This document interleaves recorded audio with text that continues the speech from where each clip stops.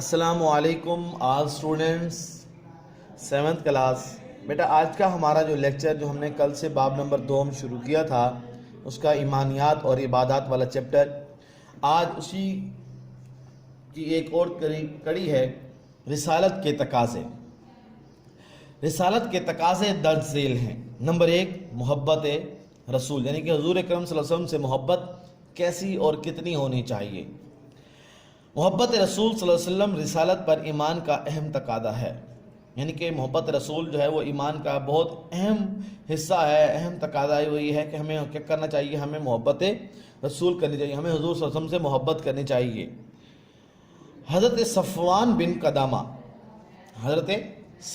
بن قدامہ رضی اللہ تعالی عنہ فرماتے ہیں کہ میں نے حضور اکرم صلی اللہ علیہ وآلہ وسلم کی خدمت میں عرض کیا کہ اپنا دست اقدس بڑھائیں، میں آپ صلی اللہ علیہ وسلم کی بیعت کرنا چاہتا ہوں۔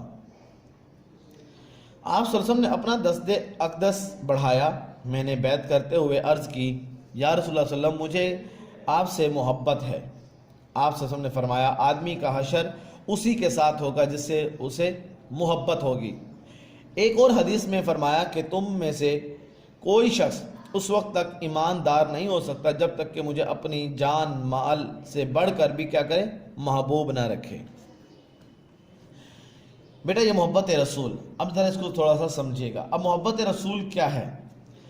حضرت صفوان بن قدامہ فرماتے ہیں کہ میں ایک دفعہ حضور کی بارگاہ میں حاضر ہوا اور عرض کی حضور اپنا ہاتھ تو بڑھائیں۔ جب حضور نے اپنا ہاتھ بڑھایا تو میں نے کہا حضور اپنا ہاتھ بڑھائیں، میں نے کیا کرنی ہے، میں نے آپ کی بیعت کرنی ہے، میں آپ کا ہونا چاہتا ہوں۔ جب حضور نے ہاتھ بڑھایا تو میں نے حضور کے ہاتھ پر بیعت کر لی، اور جب بیعت کر لی تو میں نے حضور سے عرض کی حضور مجھے آپ سے بہت محبت ہے۔ تو حضور نے فرمایا اے صفوان بن قدامہ سن لو، جس شخص کو جس کے ساتھ محبت ہوگی حشر بھی اسی کے ساتھ ہوگا۔ پھر ایک اور حدیث میں فرمایا حضور صلی اللہ علیہ وسلم نے ارشاد فرمایا کہ تم میں سے کوئی شخص اس وقت تک ایماندار نہیں ہو سکتا۔ اب یہ دیکھیں محبت رسول کا تقاضا کیا ہے بیٹا۔ حضور نے فرمایا کہ تم میں سے کوئی اس وقت تک ایمان والا نہیں ہو سکتا جب تک کہ وہ کیا کرے، اپنی جان، اپنی مال، اولاد، تن من دھن سب کچھ، ماں باپ، رشتہ دار، بہن بھائیوں میں سے سب سے زیادہ بڑھ کر وہ مجھے اپنا محبوب نہ سمجھے۔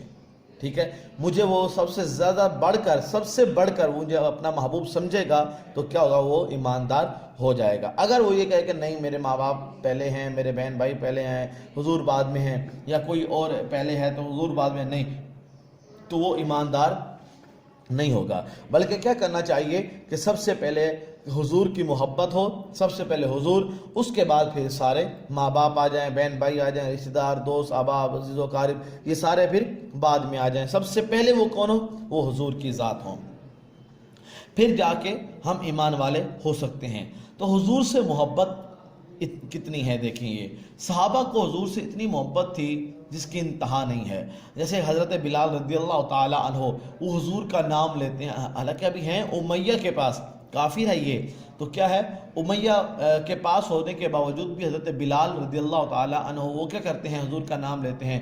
امیہ کو اچھا نہیں لگتا، وہ کہتا ہے کہ تو یہ نام نہ لیا کر، تو جو کچھ کہے گا میں تجھے دوں گا پر تو یہ نام نہ لیا کر۔ اب بلال رضی اللہ تعالی عنہ نے کیا ارشاد فرمایا، حضرت بلال فرماتے ہیں کہ اے امیہ تو میری جان کے ٹکڑے بھی کر دینا پھر بھی میں حضور کا نام لینا نہیں چھوڑوں گا۔ کیونکہ مجھے حضور سے محبت ہے۔ اب امیہ ماروں پہ مار دے رہا ہے، تکلیفوں پہ تکلیفیں دے رہا ہے، پر بلال کہتا ہے کہ اے امیہ تو نے جتنی تکلیفیں دینی ہے دے لے، جتنا تو نے مارنا ہے مار لے، پر میں حضور کا نام لینا نہیں چھوڑوں گا کیونکہ مجھے حضور سے محبت ہے۔